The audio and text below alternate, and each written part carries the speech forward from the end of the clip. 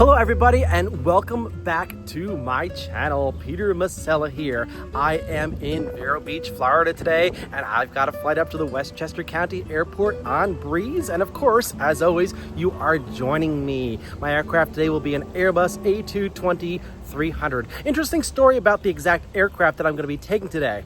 This airplane was supposed to fly last night from the Westchester County Airport down to Vero Beach and then do a run up to Islip, back down to Vero Beach, and then I was going to be boarding this particular airplane. Well, that's the actual process that actually will happen today. However, last night, this flight in Westchester County Airport around 7:40 p.m. or so encountered a delay. They delayed this aircraft till around 1:30 in the morning. And it turned out that that airplane itself was not able to be used. So they swapped out another aircraft. They actually flew in an airplane from Hartford to Westchester County Airport, which then flew down to Vero Beach. That aircraft spent the night at Vero Beach. It actually landed at 3:30 in the morning. So it was quite late, of course. And then the aircraft flew this morning from Vero Beach to Islip, and it is now en route from Islip back to Vero Beach, where I will be boarding it. So basically everything is on time except for the flight last night. It's just not the exact airplane that I expected it to be. Come join me. Oh, and my dad's flying with me today. And here he is. Well, we're excited to fly Breeze again this afternoon up to Westchester. Weather here is beautiful. It's going to be warm in Westchester as well. But we're expecting a smooth flight, hopefully. So see you guys in Westchester. And you'll notice now that we're sitting side by side as he sips his espresso. We're not sitting together because we both want window seats aboard the aircraft.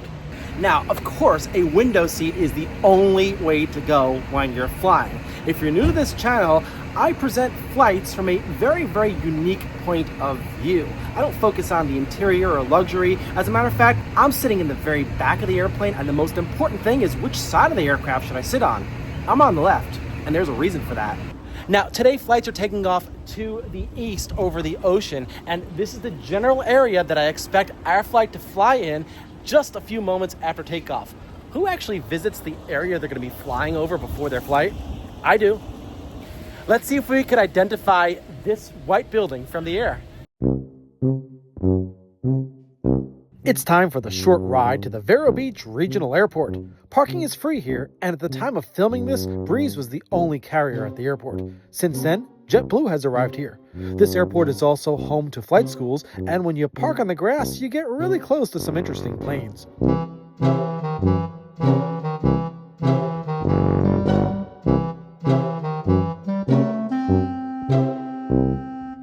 That plane is just for display. It's time to head over to the small airline terminal by walking through the large and free parking area in front of it. Yes, you may have seen this before, but each time is like the first time. Quite often before my Breeze flights, I'll eat at CJ Cannon's, the on-site restaurant next to the terminal, but as you saw from the beginning of this video, I ate elsewhere today. Today's flight operates between lunch and dinner time. Today, I'm dropping off a bag, and then I'm going to do some plane spotting. Before I go through TSA, I want to check out the operation. VRV Airport secret, there's a window near the restrooms upstairs. It provides a nice view. I took a look at the windsock to see that the wind was coming from the east, leading to an eastern flow of runway traffic today. There's a bit of a breeze out there, and I'm here to look for a Breeze. A Breeze A220, that is. It's about to land on runway 12 right here at Vero Beach. It'll remain on the ground for a little bit over an hour, where the flight transitions from an arrival to a departure to White Plains. Today's call sign is Moxie 580. Before going through TSA, I went outside for a closer-up view of our aircraft.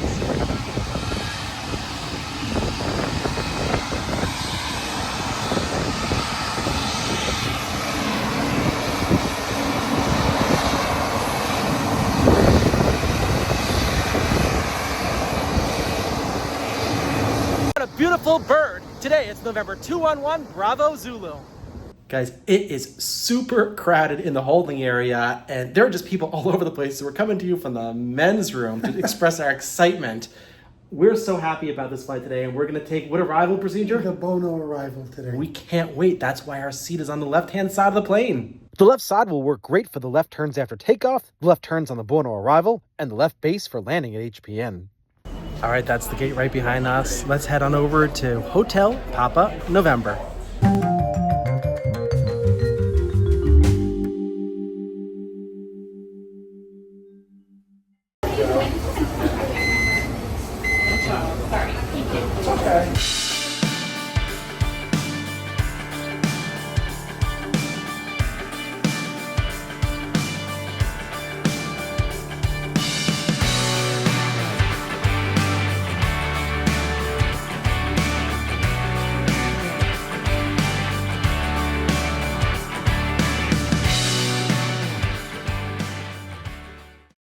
Hello. How are you? Good, how are you? You are the son of Peter. Peter. Yes. Yes. Oh, yeah. I met your dad, I don't know, months ago. Oh, yeah. Yeah. We he fly flies all the time. all the time this route. Yep. Yeah, Every couple of weeks back and forth. So. You do the, YouTube, yeah. YouTube, Yeah. It'll be on Yes. YouTube. I got noticed. All right, we're aboard the Breeze A220 here, and I've got my strategic seat on the left-hand side of the plane, and so does he. Got my window too. It's looking like we're going to have an on-time departure today. We boarded super early. I wasn't expecting to board right away, but we did. We both have our cameras ready to bring you, the viewer, the best footage. You're going to feel like you're actually flying with us today. What a beautiful day for flying. Non-stop service up to White Plains, New York. Joined up front by Daniel. He and I, along with our outstanding cabin staff, delighted to have you on board today. Once airborne flight time, 2 hours, 32 minutes up at 35,000 feet. Current weather up in New York, cloudy skies, 97 degrees, light winds. Give you an update as we get a little closer. 3:49 p.m. and the doors closed. We're ready for pushback. Once we get to the runway, you're going to be listening into comms between our flight deck and air traffic control. Today we'll use runway 12 right for takeoff, which as we saw earlier gives us a headwind. Shortly after takeoff, we'll be flying straight out over the Atlantic Ocean, but today we'll be taking a land route, which means that once we're out over the water, we'll make a U-turn and head inland. We are thrilled to be on this side of the plane because the turns to the inland are typically left turns. We should be able to see the airport we're taking off from. Once established inland, we'll then turn to the right, to the north, and proceed on course. While in the state of Florida, I'll be looking out for Orlando and Jacksonville from this side of the plane. To get to runway 12 right today, we will take taxiway Charlie, crossing runway 422 along the way. In a moment, we're going to switch to the control tower frequency, which is the frequency for the person in the control tower who will issue us, Moxie 581, takeoff clearance. But before we take off, the pilot has a special request. He wants to have an initial altitude to climb to 5,000 feet. The controller will acknowledge this, but can't confirm anything until higher-level air traffic authorities release us. Here comes the request from the pilot and the acknowledgement from the controller. Moxie 580, we forgot to put 5,000 request if we could enter that. Moxie 580, Vero Beach Tower, have your request. No way, not far at least. Ultimately, the controller is going to approve 4,000 feet as the initial climb altitude for us, and that altitude assignment won't be given to us until we're clear for takeoff. For now, we just continue along taxiway Charlie all the way to the end and wait for clearance to enter the runway and take off. Despite its small size and low airline presence, Vero Beach Regional Airport is quite busy due to the presence of flight schools and a lot of general aviation traffic. There are a lot of planes landing and taking off in front of us, and the controller has to find a space to fit us in. Okay, I see traffic on final, and I think we're going to get out after that plane. Not so fast. The truth is that there is no one behind this small plane, but remember, the tower controller was waiting for our release and approval to climb, so we must wait. If we were already approved, the tower would have put us in position on the runway right after that small aircraft, but the higher level ATC authorities aren't quite ready yet, so we just sit on the taxiway at the beginning of the runway, waiting for clearance to enter the runway. While we're waiting, the small airplane that landed clears the runway, making the runway 100% available for us to take off, but again, we must wait. If it takes too long, then the controller needs to start looking on the radar scope for any traffic that may be inbound soon. Fortunately, there will be no one else at all in the final approach course to runway 12 right, and we have finally received approval for our initial altitude, but it's to 4,000 feet. This information has been relayed to the tower controller, and we're approved to take off. So the controller will tell us that we can climb to 4,000 feet on departure, and instead of having us line up and wait, we're cleared for takeoff since the runway is clear. Moxie 580 on departure, climb maintain 4,000. Departure climb maintain 4,000, Moxie 580. Moxie 580, runway 12 right, clear for takeoff, flighting 120. Runway 12 right, cleared for takeoff. Fly heading 120, Moxie 580. After takeoff, we'll climb to 4,000 feet and fly heading 120, which is basically runway heading, straight out. Okay, we're all set for takeoff, and I'll be presenting our climb from the perspective of a few cameras, showcasing what I believe everyone should do. Look out the window and experience flight. I'll do the same on approach. Let's head to White Plains.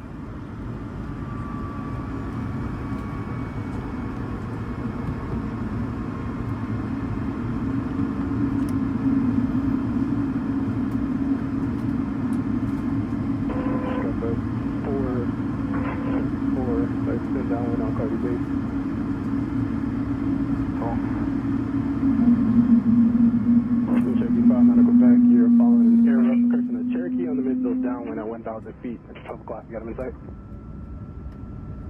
I'm executive, 290500, clear back. Cherokee 500, protect. Stand down when I'll call your base. Stand down when I'll call your base, Cherokee 290500. Cherokee 17 Delta, keep that ground at Foxtrot 1. Contact Foxtrot 1.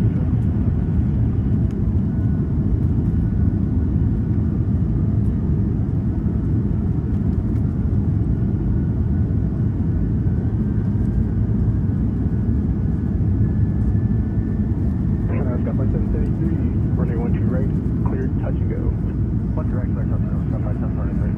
Skyfly 773, cosmic turbulence, departing airbus. Full caution, Skyfly 773.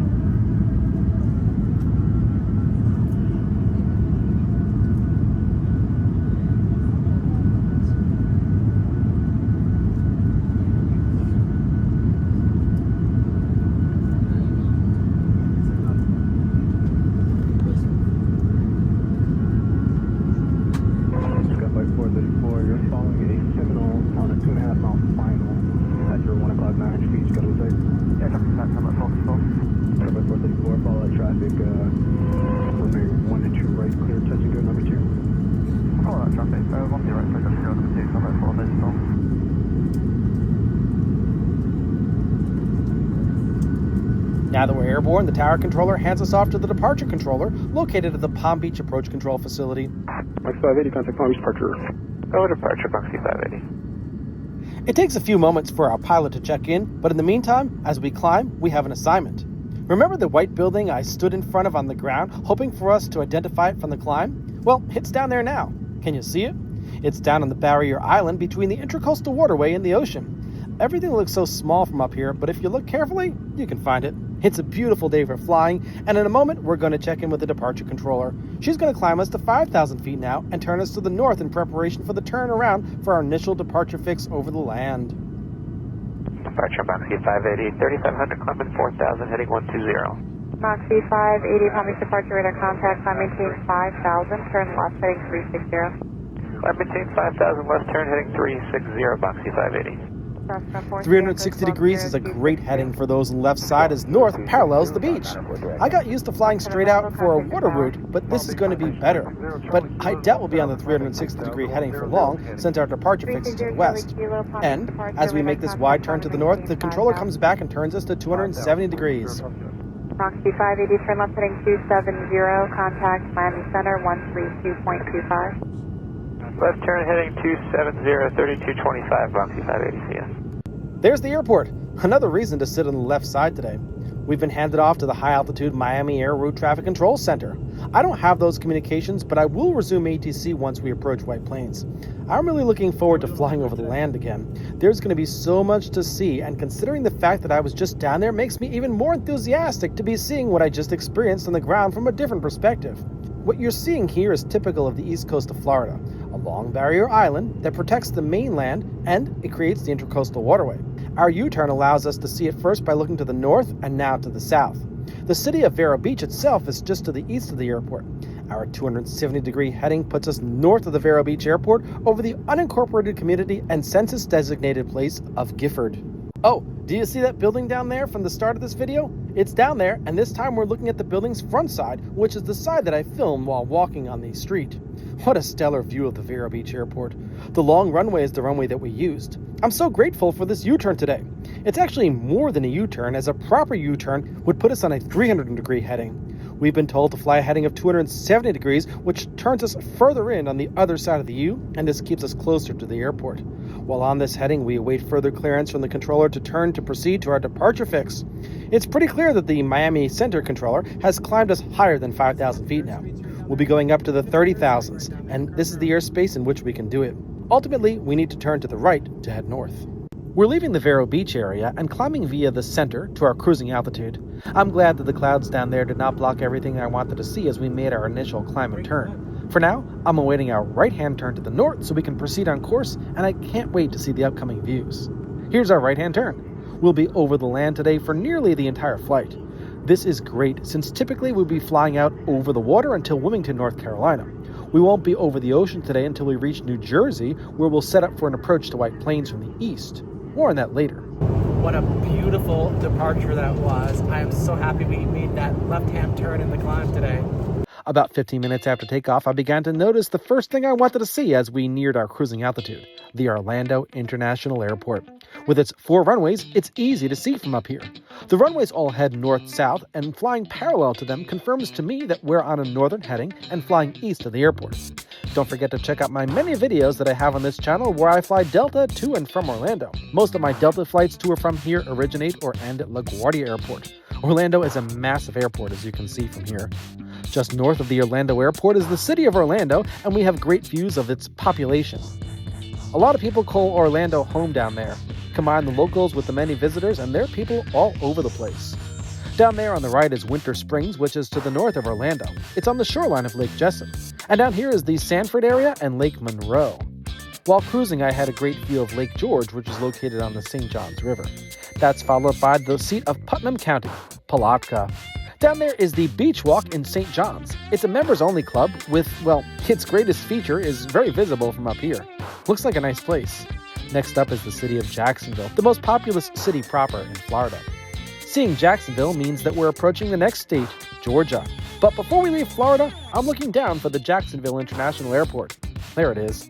Don't forget to check out my older videos on this channel where I fly into and out of Jacksonville to and from LaGuardia. Once we left Florida, I spotted a United 737 on a flight from Orlando to one of its hubs, Washington Dulles Airport in Virginia. It's always a true joy to see other flights sharing our airspace. Here, we're flying in the airspace of the Jacksonville Air Route Traffic Control Center. It was worth it just to see that United 737. And it's worth it to spot my first city in Georgia, Brunswick. Next up along our route is Savannah, Georgia. I've been there several times and I can't wait to go back. What a charming city. Flying in the opposite direction is another United 737. It's going from Newark to Orlando. There's no reason not to be smiling today.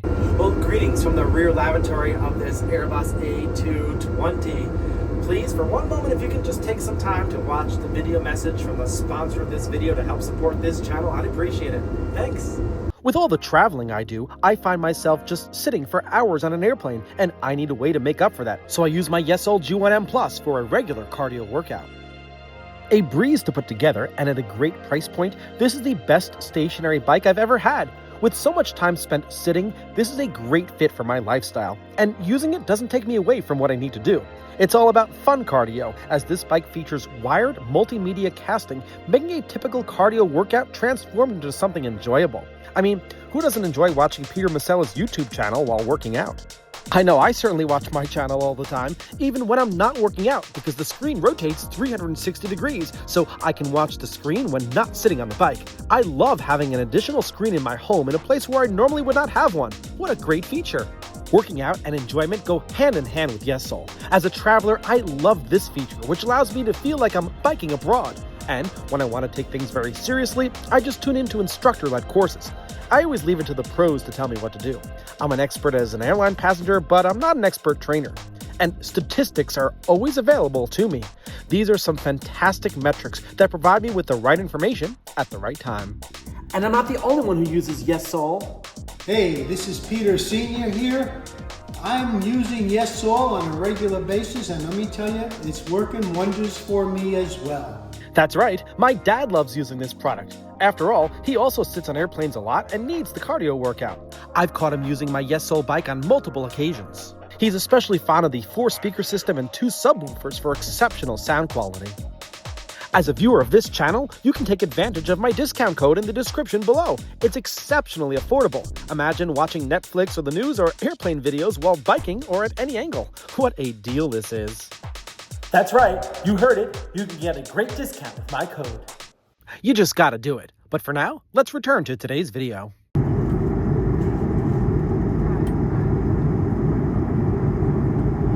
In the distance, we can see an American 777 from Rome Fiumicino to Charlotte. After not seeing much due to clouds, I had a good view of Newport News, Virginia. That's followed by Langley Air Force Base in Virginia. We're under the control now of Washington Air Route Traffic Control Center, and so is this plane, a JetBlue A320 flying from Boston to Orlando. That's Delaware Bay down there, and we're about to start on down. Here, over Cape May, New Jersey, on the Buono arrival procedure to White Plains, we descend. Once we get to Atlantic City, we'll head out over the ocean near the Jersey Shore, and the nose of this plane will be pointed toward the south shore of Long Island, east of JFK. This will allow us to avoid air traffic to and from the major New York City area airports. That's Atlantic City Airport down there, so that means we're about to start the brief overwater portion of the flight. Here we go. We can see the Jersey Shore as we descend lower. We're getting handed off to the Boston Air Route Traffic Control Center now. They'll handle the majority of our descent, and we won't talk to New York Approach Control until we're very close to our destination airport. As a matter of fact, we're skirting another sector of New York Approach Control, the one that handles JFK Airport, by remaining high and around it. The plan is to fly toward the south shore of Long Island with JFK and Manhattan off to the left. Once over Long Island, we'll start a right-hand turn out into Suffolk County and descend further. We'll make a U-turn over the Sound and head west, and New York Approach Control will provide radar vectors to the active runway at White Plains today. Here's Long Island, and you can see the barrier island of the South Shore. In the distance is Kennedy Airport, but the sun is not in a great position to see any aircraft operations on the field or in the nearby airspace, but the current lighting provides a unique silhouette view of the skyscrapers of Manhattan between the Hudson and East Rivers in the distance. This is what I was hoping to see from this side of the plane. We can now see the north and south shores of Long Island as we continue, and in this view, we can see Farmingdale Airport. Way in the distance are the Whitestone and Throgs Neck bridges connecting Queens with the Bronx.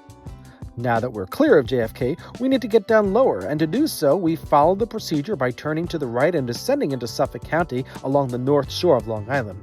We'll head all the way out to past Port Jefferson, which we see below. We can now start our U-turn back around to the west so we can head back towards Westchester. We're being cleared down to 4,000 feet, and in a few moments we'll resume air traffic control communications as we check in with the final New York approach controller. Current heading points us toward the Connecticut shoreline. Today we'll be landing on runway 16 with left traffic. Since this is the land approach, we're going to be spending a significant amount of time over the state of Connecticut during the last few minutes of this flight before we land. We're over the Sound now, and I'm looking down for the first side of the Connecticut shoreline. There we go. That's the waterfront neighborhood of Lordship, which means that we're flying directly over the Sikorsky Memorial Airport, which serves Bridgeport. In a moment, we should get a great view of Bridgeport itself. We're going to keep this heading for a long time. The final part of the Buono arrival puts us over the top of a navigational aid at the Sikorsky Airport to a fix called Rhymes over Selleck's Corners, Connecticut. This should keep us on a 288-degree heading with a fix called Alex along the way. As a matter of fact, we'll only get one turn later on to line up with the runway. This flight is nearly over, and the remainder of this arrival will be quite simple. But make sure you stay here because the landing is going to be filmed by both of us, and you can see how enthusiastic we are about all of this. YouTube channel or not, we're filming because this is worth documenting. Fortunately, Breeze flight attendants made an announcement telling passengers to keep their window shades up for landing. Thank goodness. The small peninsula that we see down there is the beach area of Bridgeport. We're going to fly over the city of Bridgeport in a moment. Remember how a few moments ago we flew by Port Jefferson on Long Island Sound? There was a ferry dock down there, and the ferry leads right here to Bridgeport. Located 60 miles from Manhattan, Bridgeport is Connecticut's most populous city. Nearly 150,000 people call it home. We get to see two cities that are the most populous in their states on this flight, Jacksonville, Florida, and here.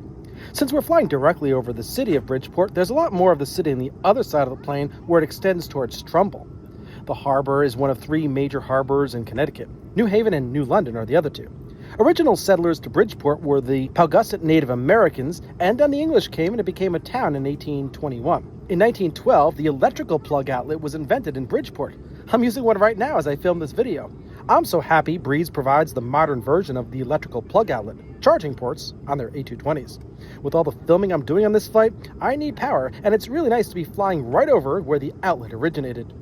Before I continue on with more information about today's final approach and landing, I want to give a shout out to my Patreon members. Many fond thank yous to Simon Weber, Luca Presti, Sean Conlon, Dan Norquist, and George. Your contributions go a long way. If you want to be given a shout out here on my channel, visit patreon.com/Peter Masella. Your support is much appreciated. And remember that if you haven't done so already, please consider hitting that subscribe button below. This channel is really close to 20,000 subscribers, and the goal is to get to 100,000. My channel offers the most unique points of view from an airline passenger, foregoing seat reviews and focusing on a situationally aware perspective for utmost enjoyment. Thanks so much for watching, everyone. On our current heading, we proceed inland away from Bridgeport to a point on the final approach course to runway 16, so this keeps us away from Long Island Sound. An approach to the same runway in the opposite direction would keep us over the sound. Now that we've descended to 4,000 feet, it's time to check in with New York Approach Control, indicating that we've picked up the latest airport information, Bravo. We'll be given the local altimeter setting and we'll be cleared down to a lower altitude. Approach Moxie 580, 4,000. We get information, Bravo. Moxie 580, flight present heading descend of 3,000, altimeter 3006. Present heading descend, maintain 3,000, 3006 580. So we can descend to 3,000 feet and just keep flying straight. In the distance, we can see Norwalk, Connecticut, which is actually considered to be part of the New York City metropolitan area. Norwalk is known as the Oyster Town. It's home to the Norwalk Oyster Festival. Several smaller towns extend to the north from Norwalk, such as South Wilton and Wilton. The road from Norwalk leads to Danbury, Connecticut, which is further north on the other side of the plain. Norwalk is in Fairfield County, which is the final county that we fly through before entering Westchester County and flying around the Fairfield County Panhandle before flying straight into runway 16. Down below, we see the South Norwalk Reservoir. Now, we mustn't forget that we've been cleared down to 3,000 feet. It's not just a random altitude assigned to us. Above us, there's another layer of air traffic for arrivals to LaGuardia, but only for arrivals to LaGuardia that are coming from the north. These flights are cleared down to 4,000 feet and will maintain 4,000 feet until past Westchester County Airport, where they can descend further. If they're landing on runway 22, they'll get cleared down lower around Mamaroneck. But if they're landing on runway 4 or 31, the other commonly used runways for arrivals, they'll actually keep the 4,000-foot altitude until south of Manhattan. Once they turn around and fly back to the north, they'll receive clearance to lower altitudes.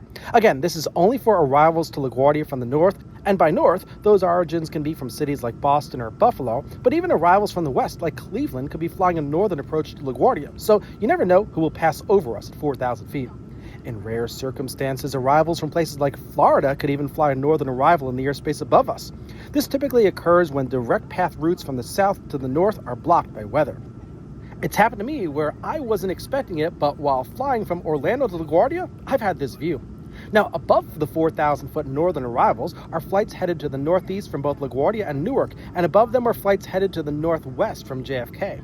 Below us, there can be additional general aviation traffic, but that traffic, as well as the traffic above us to LaGuardia, are all communicating on the same radio frequency that we're on, so everyone is aware of each other. At this point, we're basically the only one out here. There's very little radio chatter, and as I mentioned, we'll only be making just one left turn to the runway. Often, the approach controller is concerned with other traffic to Westchester doing the same thing that we're doing, and will have to focus on slowing planes down or extending their left base leg further out to the north to safely separate traffic. But today, well, there's no one. No one in front of us, no one behind us, and not that it matters to us, there are no flights above us at 4,000 feet headed to LaGuardia. So we just wait until the time is right to turn us so we can line up with the extended center line runway 16, descend, and land. We can barely make out Long Island Sound in the distance as we have moved inland. We're in Westchester County, and the long lake that you see is the Mianus Reservoir, which sits on the border between Westchester County and Fairfield County. The land beyond it is the Fairfield County Panhandle. We'll remain in Westchester County for the remainder of this flight. However, once we're on final approach, we will briefly fly next to the border with Fairfield County, which will be on the left-hand side of the plane. Way in the distance on the sound are Stamford and Greenwich, Connecticut, but they're tough to see from here. There's a bit of haze out there as this was filmed during the summertime. We're still moving along on the same heading that we were assigned. A turn should come in around a minute and a half. Hang tight. This is a long period of just going straight. The wooded areas below are primarily residential areas with large properties. We're flying over some of the largest homes in the area. Underneath the wing, we're starting to see Byram Lake Reservoir, which is located entirely in Westchester County. The highway that we see down there is the 28-mile-long Interstate 684. We're about to cross it now, and once we're on final approach to runway 16, we'll cross it again at a very low altitude. Now that we're closer to the final approach course, we're going to get clearance down to 2,000 feet, which would be the altitude at which we could intercept the ILS final approach course to runway 16. 580, descend to 2,000. Descend, maintain 2,000, Moxie 580. We're cleared down to 2,000 feet as we approach the village and town of Mount Kisco, New York. As we fly over this area with a population of around 11,000, the pilots are looking to the left to see if they can see the airport, and they do see it, and it's out there in the distance. It's really hard to see it for us, but it's there on this left side of the plane. The pilot is going to report the field in sight, and the controller is going to come back with a turn to 200 degrees, then clearance for a visual approach, and a handoff to the control tower at the airport. Approach Moxie 580, we got white planes in sight. Let's just give the controller a moment or two to respond. He really wasn't that busy, but could be working on something else. What's that? Approach Moxie 580, we have the airport in sight. Moxie 580, left 200, clear visual approach 16, contact tower. Left turn heading 200, and a clear for the visual approach 16, Moxie 580 over to tower. As we turn left, I can see the Hudson River over the wing. Below the wing is Seven Bridges Middle School in Chappaqua, New York. It's now time to check in with the control tower at 8 p.m. It's really slow at the airport, and once we check in, the control tower will provide the current winds, which are favorable, and clearance to land on runway 16. Let's check in. Tower Moxie 580, inbound visual approach runway 16. Moxie 580 Westchester Tower, wind 200 at 10, runway 16, clear to land. Runway 16, cleared to land, Moxie 580. All we need to do is line up at the runway, descend to the airport elevation of 439 feet, and land. My dad and I are all eyes out the window, and we both have our cameras in hand. For the remainder of this approach, you're going to see his enthusiasm again as he films out the window, and I do the same. In his image, we're going to have a more forward-looking view. Let's land.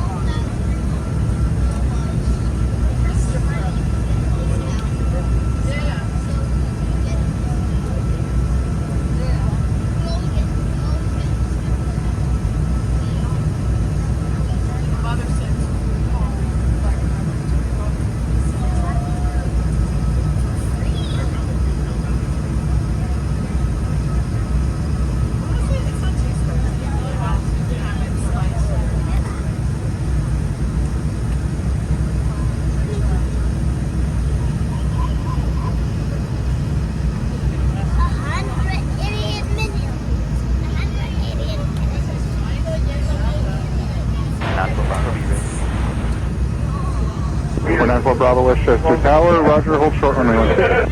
Hold short 16, that's okay.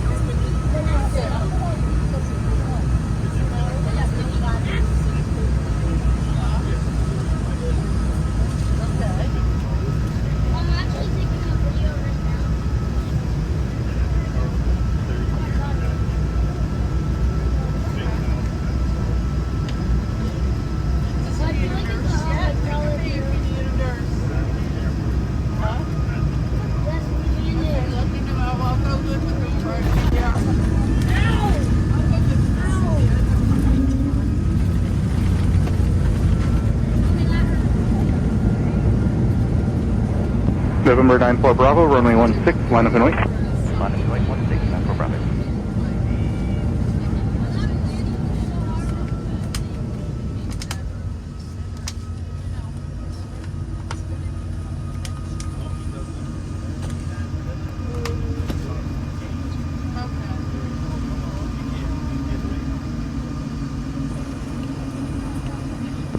Moxie 580, turn left at the end and contact ground.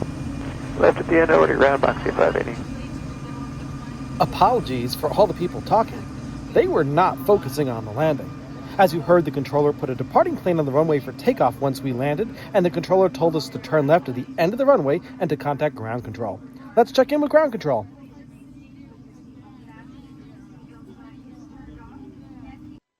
Ground, Boxy 580, we're off at the end, going to gate 3.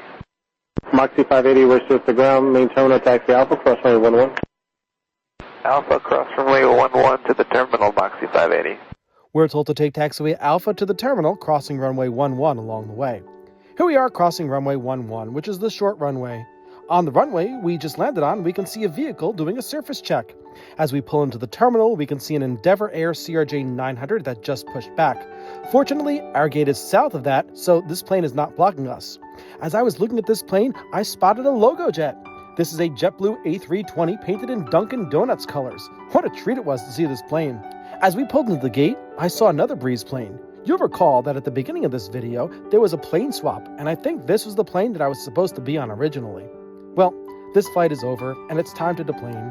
Deplaning is always quick on Breeze, and I'm sad the flight is over, but I'm not going to let it end here. I'm headed to New York City, and my aim is to watch this plane fly south as Moxie 581 on its return flight to Vero Beach. So I headed south, and sure enough, about an hour later, I saw the plane I was just on climbing to 12,000 feet under the control of the LaGuardia departure controller as it passed through New York City's airspace. Well, it's officially over, but I'll be back in the air real soon with more flights to share with you, so hit that subscribe button so you don't miss out. See you all very soon. Thanks for watching.